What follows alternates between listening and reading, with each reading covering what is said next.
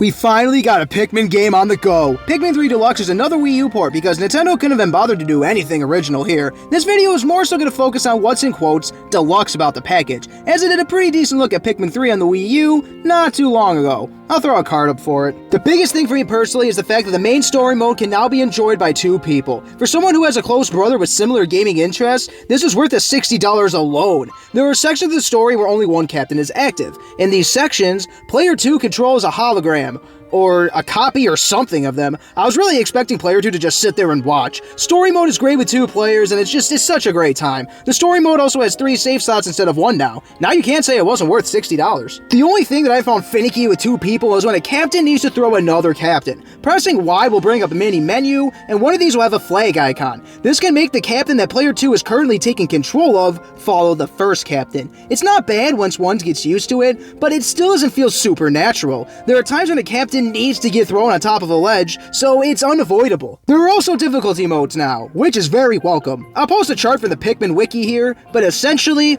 normal mode is easier than on Wii U, hard mode is similar to the difficulty on the Wii U, and the new Ultra Spicy mode is the hardest. We played Ultra Spicy mode because Pikmin 3 isn't necessarily that hard to begin with. Only 60 Pikmin can be on the field at once instead of 100, fruits will only give half the juice that they did in the easier modes, some enemies will have more health, Pikmin die from drowning twice as quickly, and I think that egg spawns are rarer. It does a decent job of making the game harder and providing a somewhat new experience. Moving away from the story mode a bit, a new mode has been added. It's under the side story tab on the title screen. The first set of these is called Olimar's Assignment. Likewise, with the story mode, Olimar's Assignment supports up to 2 people. This consists of 4 levels that are rearranged levels that are already in the game. There are neat cutscenes in between them that give more context of what these 2 chuckleheads are doing. These cutscenes were stripped from the original game. They used to be the secret data files. Day 1 takes place in an alternate Garden of Hope where Olimar and Louie collect fruits and golden nuggets for money. Day 2 will explain how Olimar ended up with the Cosmic Drive Key, and we'll again have Olimar and Louie collecting nuggets and fruits for money in an altered stage in Tropical Wilds. Day 3 will have Olimar and Louie explore an edited stage of the Twilight River.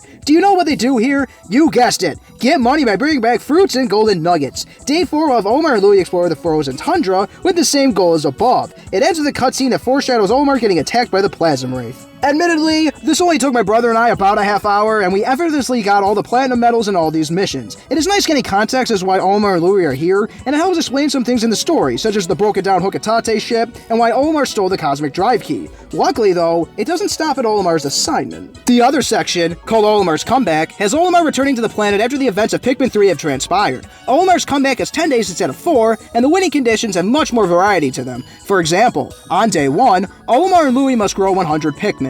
Day 2 has them killing all enemies around them, so it's pretty similar to the Battle Enemies missions in mission mode. Day 3 is similar to Day 2 in the fact that it is another Battle Enemies mission, except in Garden of Hope this time. It ends with Olimar and Louie destroying this bug-eyed Crawmad. Day 4 gets major brownie points from me because the winning condition is carry the part. It looks similar to the main engine in the SS Dolphin in the original Pikmin, so I can only assume that it's the main engine for the Hokitate ship. Olimar and Louie must clear the path of the enemies, electric gates, and other obstacles and return the main engine to the SPERO. I love this level because it brings back the original Pikmin vibes. Day 5 brings us back to the Battle Enemies objective. However, this one has a neat little twist. Olimar starts with only yellow Pikmin. Meanwhile, Louie only starts with rock Pikmin. They have to exchange Pikmin to get anything done, and Louie will eventually come across wing Pikmin, which will be needed to complete the day. Day 6 is called Channel Gone Dry, and it features a Twilight River with all the water missing. It's another fun mission where Olimar and Louie need to collect all the fruits and golden nuggets. It's a fun level that is filled with bomb rocks that the captains can abuse to kill their enemies. This can backfire though, as something like this can happen.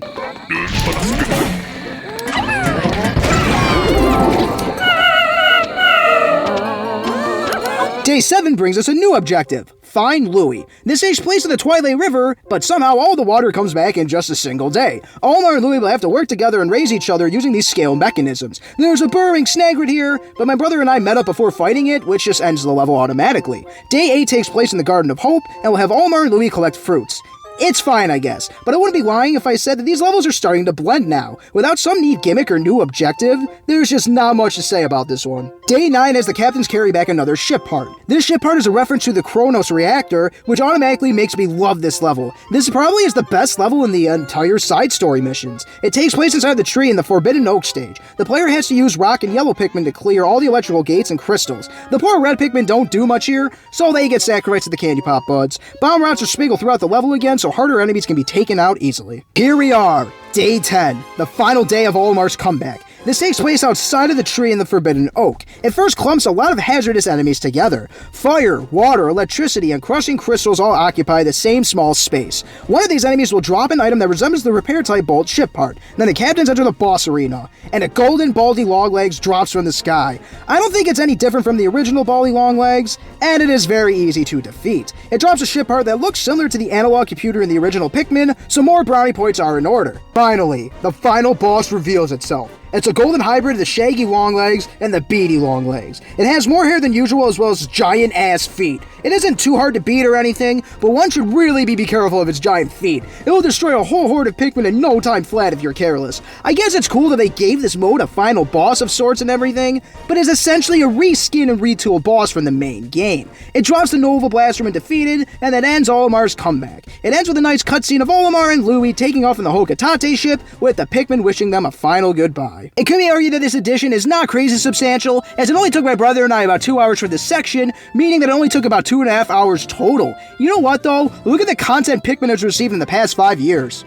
I'll take what I can get, damn it. As I said too, some of these levels are very fun, especially the later ones in Olimar's comeback. For many, this will be the bulk of what's deluxe about this package. Pikmin 3 is a short game anyway, so some may argue that it's needed more material to help give it more playtime. Moving away from the side story mode, the Piklopedia is back, baby. It was an odd omission in the original Pikmin 3, but here, all 5 playable captains will get their thoughts on 55 species. My favorite of the captains must be Louie. I can read his entries all day long. He goes over how to prepare them to eat. Unfortunately, some of the charm from Pikmin 2 is gone, as the player can't throw Pikmin carrots at the enemies and watch them react. They also can't use the Ultra Bitter Spray due to its absence in the game entirely. The Piklopedia just has pre-recorded footage, which is really lame. Unfortunately, the Golden Baldy Longleg bosses don't get entries either. Despite these annoyances, it's great that the Piklopedia is here, rather than not. Badges can now be earned, which for a completionist nerd like me, that means a lot. There are 50 badges total and they don't do much else. Collecting badges will allow the player to rank up, but this is purely aesthetic and doesn't provide any gameplay bonuses.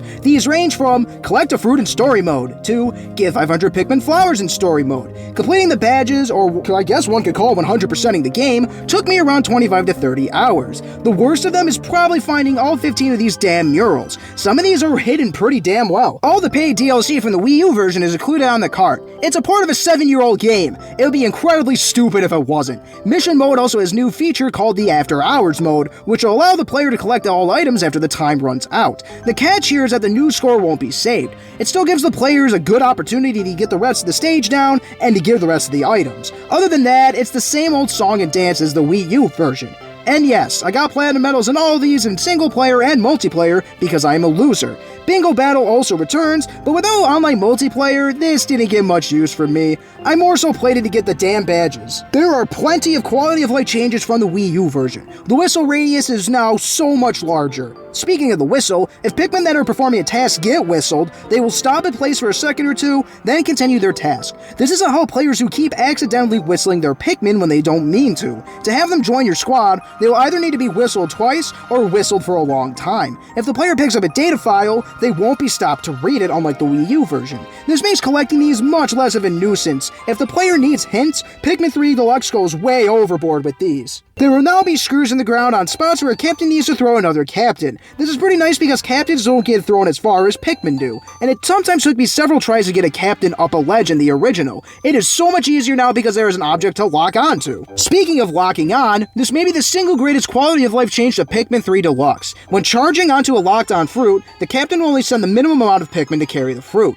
Likewise, when attacking an enemy or wall, only the Pikmin type will be sent out to complete the task. This is incredibly useful when attacking an electric fence and you happen to have all Pikmin types on you. It makes moments like trying to carry all the watermelon pieces from the sand-belching mirror slug much easier and less frustrating. The only downside to this is the fact that if a player wants to hit the button 5 times if they want to send out all Pikmin types, it's worth it, plain and simple. Pikmin can now charge without the captain locking onto an item too. They will charge in the direction that the captain is looking. When dismissing Pikmin, the current Pikmin type that is selected will stay stay with the captain unless they're the only type of Pikmin left. This can be useful if one wants to disband all Pikmin but blue to go underwater, for example. A neat feature that has been added is the ability to go to the Drake and call back all wayward Pikmin. This can be helpful if a player can't find them on their minimap or something. It's a feature that I don't use too often, but it's neat that it's here. A mini radar is also placed at the bottom right hand of the screen. I think I've praised this port more than enough for the most part, but what are some genuine downsides to Pikmin 3 Deluxe? One is how it controls. If we're talking from a pure control standpoint, Pikmin 3 and Wii U feel so much better to control. The precision of the Wii remote and nunchuck, combined with the Wii U gamepad off to the side, is just an amazing control scheme. There's an option to use gyro controls, but like Super Mario Galaxy and the Super Mario 3D All-Stars collection, it will need to be recalibrated numerous times. If one is playing in multiplayer, both players will need to use the same control scheme. Since my brother is annoying, he insisted that we use non-gyro controls, so guess what? I was forced to play like that as well, even though I wanted to use those controls. Some of the button prompts are also a bit odd. When the player presses Y, a mini menu will pop up. From here, they can either use the Ultra Spicy Spray, dismiss, change leaders, bring player 2's captain to their squad, or use a bingo battle item in that mode. One would think that there are enough buttons to work with, but some of these were mapped to motion controls in the original, and the standard control method in Deluxe wants to stay away from motion controls. I can respect that decision, as I thought using Cappy in Super Mario Odyssey while playing handheld was really annoying, but it doesn't change the fact that it's still a bit awkward. I won't lie, I'm also a graphics and performance snob ever since I got a gaming PC. I was expecting this guy to run at 60 frames per second and 1080p, as that is the standard for most Wii U ports. It does not. The first thing I thought when I was playing the demo when it originally came out was, this doesn't look or run any better than the Wii U version. And I was right, it runs at 30 FPS and only at 720p. The end of the world? No, but sometimes that frame rate dips a bit. It annoyed me enough to mention it because Pikmin 3 is a beautiful game even with these downsides, and I think a stronger resolution and frame rate would do wonders for it. Alrighty, but here's the $1,000,000 question. Or I guess 60. Is this deluxe package worth $60? As someone who's been hoping for a portable Pikmin that is not Hey Pikmin, yeah it is. As someone who has always wanted to play a Pikmin story in multiplayer, yeah it is. As someone who is straight up desperate for new Pikmin related content, yes it is. That being said though, if I were to rank it against other Wii U ports, it is more going on for it than some of the half-ass ones like Donkey Kong Country Tropical Freeze or New Super Mario Bros. U. This doesn't touch Super Mario 3D World and Bowser's Fury, but I think I would put it around Mario Kart 8 Deluxe. The quality of life features are nice and fix some of the flaws that Pikmin 3 had, and the additional content, it does give you a few more hours of stuff to do.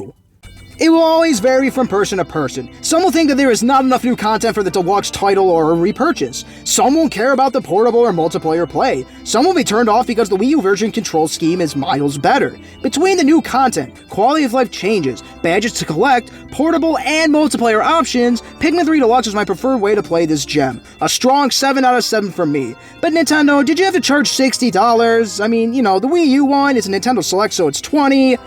It could be argued that this is scummy.